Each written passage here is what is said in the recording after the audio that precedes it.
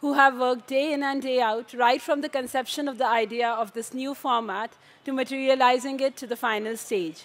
We would like to call upon stage Ms. Eni Zaidi, member organizing team, and Mr. Altaf Tairwala, director CLF, to please accept a small token of appreciation.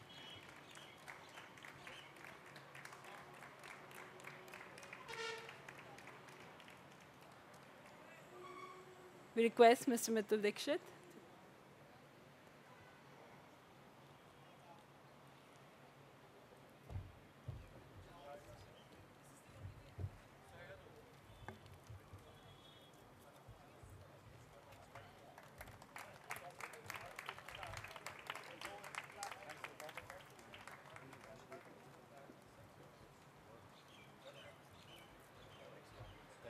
Thank you.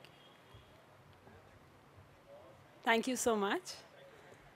Can't believe that the morning went by so fast. It's been another riveting day here at CLF, and there's more to come. We have a break now, and our next session for the book M in the Big Home would start post-lunch in another 1 hour's time. Before we begin with the discussion, we would have the enactment of the book M in the Big Home by TMT Group.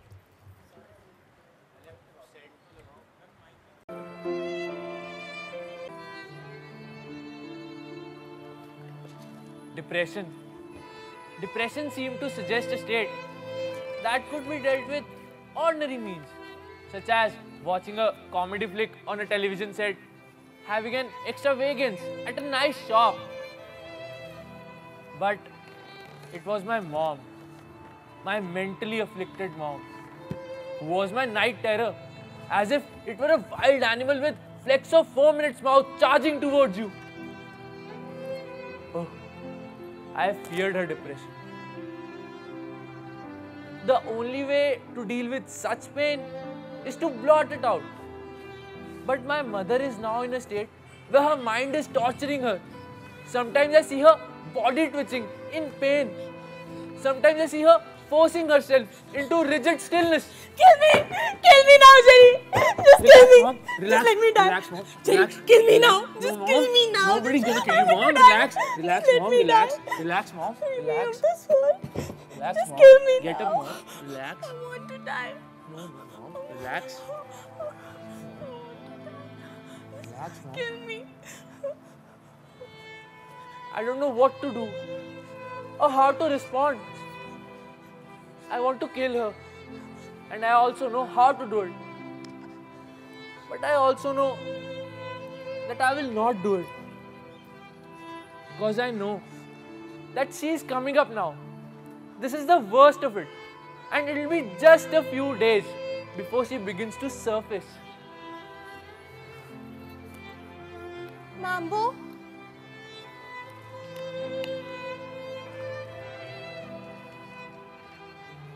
Nothing.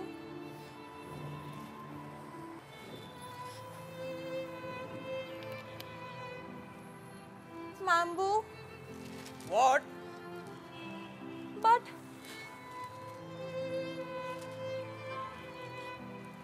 nothing. I'm going out. The only thing that helps in these situations is nicotine. But often on those sludge days of small jerks, aching gasps, and no tears, she couldn't stretch herself for more than a few puffs. She pulls hard and lets go, gives up, throws away the burning bidi, and rushes back to her bed and curls up again. I've had no despair so immense than this. So once, in a timid attempt to help, I went to her and sat with her. Took her hand in mine. My emotions were mixed. I wanted to help, but could offer nothing more than my consolation.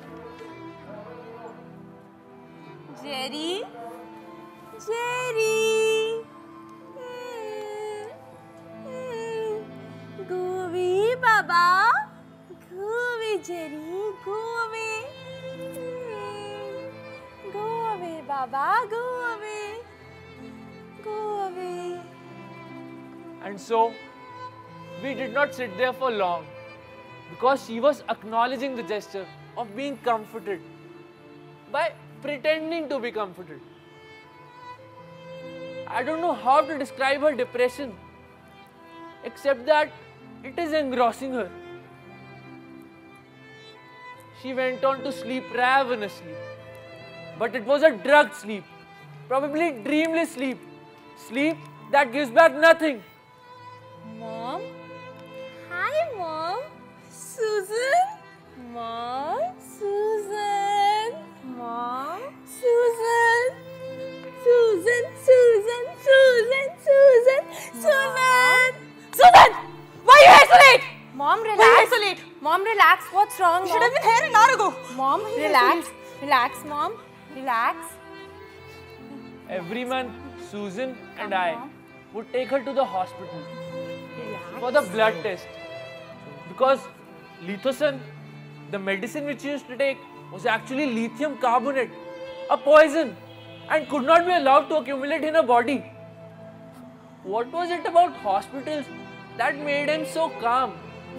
She was always ready for a little chat, especially with the quiet women in the waiting rooms or their husbands. Excuse me? Hey, what are you doing here? And what is she doing here? She's got nerves. Oh, nerves. Go home, then give her a big hug. Then take her to the movies.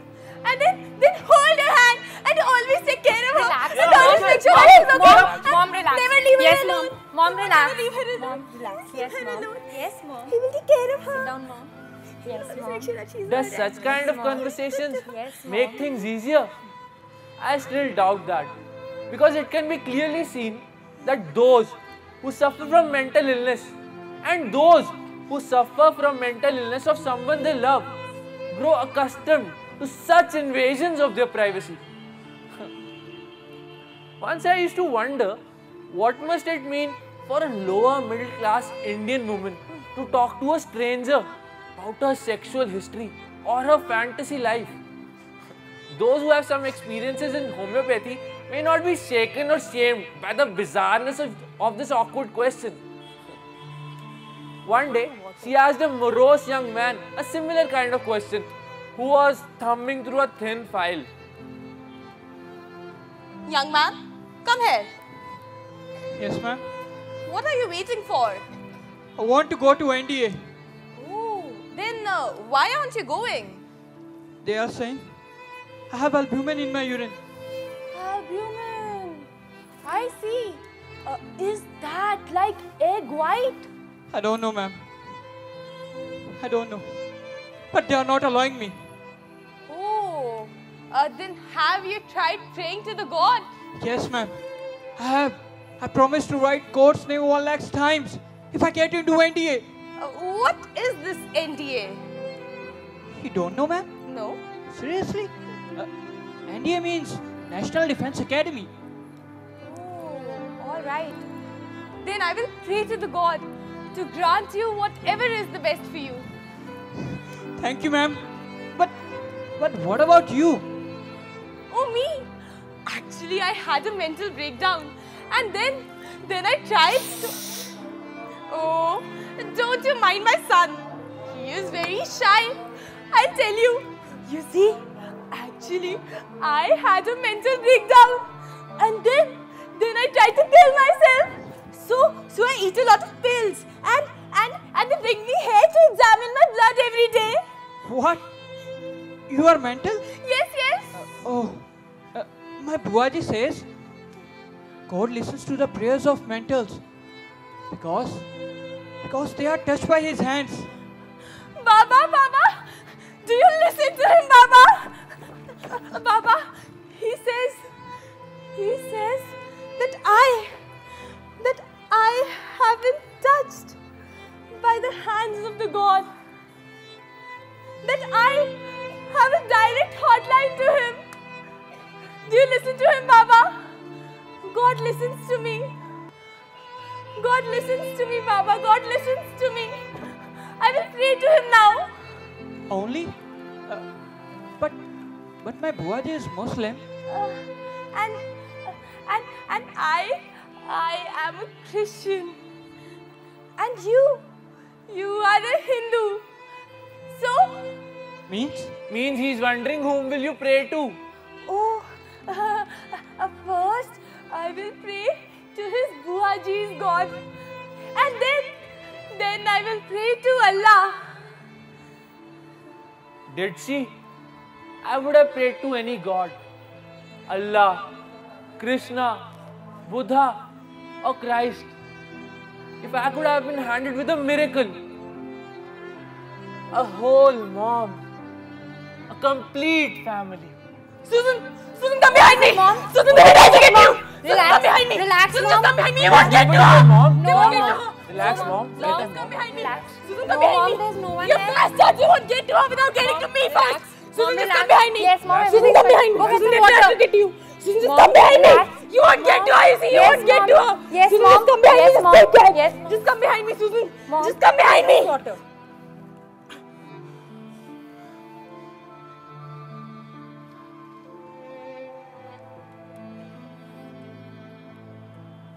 Susan, Yes, Mom. will you have some tea, Susan? Yes, Mom. Mom, we'll have this samosa as well. No, Susan, no. We will not have anything that is not made in this house. They will poison it, Susan. We won't have this. Throw this away. We won't Okay, have it. Mom, we won't have it. Have it. How was your day, Mom? Susan, am I a standing red pen, Susan? No, Mom, you're not. Sit down, Mom.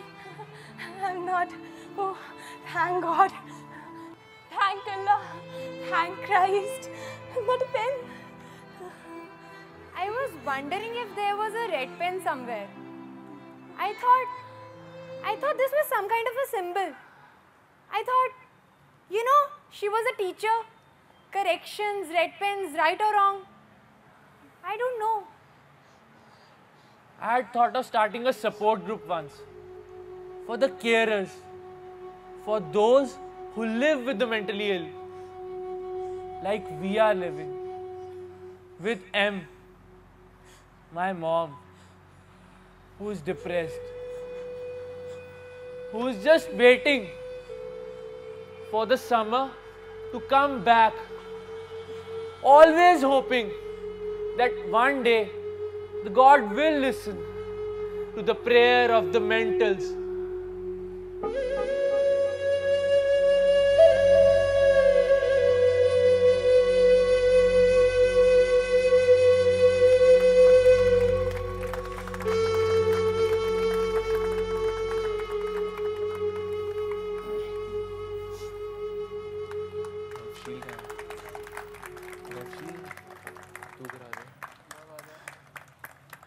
Applauding a play. In the hospital husband's role, there was Amrinder Singh Virk. In M's role, Divya. Susan's character was played by Neeti. ND aspirant, Manish Dogra. Big Whom, Bhavshil Singh Sani. On music, there was Karan Singh Bist and Ginni.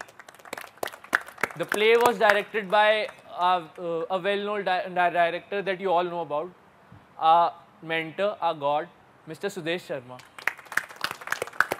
And narrator, me, Abhishek Sood. He's Chandigarh's homegrown poet, journalist, literary and art critic, translator, and of course, a raconteur of many seasons who has written and edited several books. She writes in both Punjabi and English. She received the Punjabi Academy Award for her anthology of poems, Ik Nadi Savali Jai. Her poetry anthologies have also come out in English, The Black Woman, and Hindi, Buri Aurton Ki Fehrit Se.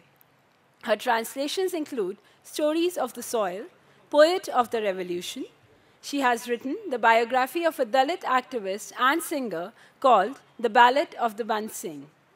Books edited by her include Our Voices, an anthology of Saag poetry, Half the Sky, Children of the Night, and 2 collections of Pakistani short stories. At present, she is translating 3 novellas of Amrita Pritam and an anthology of Hindi poems inspired by Kabir. She is also daydreaming a novella of her own. The book has been written by Mr. Jerry Pinto, whose first book was Surviving Woman. He has written Helen, The Life, and Times of an H-Bomb, which won the National Award for the Best Book on Cinema in 2006, and M and the Big Home, which won the Hindu Lit for Life Award this year. Mr. Pinto has written 3 books for children. His first anthology was Mumbai Meri Jaan with Naresh Fernandez, a collection of writings about Mumbai. Mr. Pinto has written the script for 2 wildlife documentaries, In the Pink on the Flamingos of Mumbai and The Last Dance on the Indian Sloth Bear. He is also active in the sphere of child rights activism and teaches journalism at the Social Communication Media Program of the Sophia Polytechnic, Mumbai. We invite Mr. Pinto and Ms. Nirupama Dutt on the stage for the discussion on the book M and the Big Home. Big Home came as a wonderful gift, you know. As you have seen the little enactment here, it dealt with mental illness, but there have been several books, many books which have dealt with this. And what makes Jerry's book so different is its craft and style. In fact, another writer who had written a book on his mother's mental illness asked me, and I like the other author, and he asked me, how would you compare, a very wrong question, how would you compare the 2 books? So for a moment I was silent, and then it just came out. I said, yours is a moving story. But here is a story with immense style and craft, which does not let, the problems become heavy, too heavy. It doesn't become overly sentimental. It is not self-pitying. And therein lies the merit of the book. And Jerry is a master writer. He's written so much, very prolific. And before this, there was this wonderful book on the life and times of H-Bomb, Helen. He co-authored a autobiography or biography of Leela Naidu. And ever so many articles. But this is the first novel. And one is a little envious. One would have loved to come out with the first novel like this. So I would want that today we take advantage of Jerry, and I would like to discuss the craft and the art of the novel more than its content, which has been talked about so much. So Jerry, the first question to you, how did the transition happen from non-fiction to fiction? You know, I think most people, when they read M, and I think one of the reviewers also said that it should have been a non-fiction book, that it should have been a memoir, because it would have mattered more that way. To which I don't have, I mean, I respect critics. I'm sitting with one of my best critics here. And I listen to what they're saying, but there are many reasons why one chooses fiction as a mode of address. And one of them is self-preservation. When the writing of this book got difficult, I could step away from it and say, this is happening to the Mendes family. This is the Mendes family's world. You're not invested in it as much. You're only its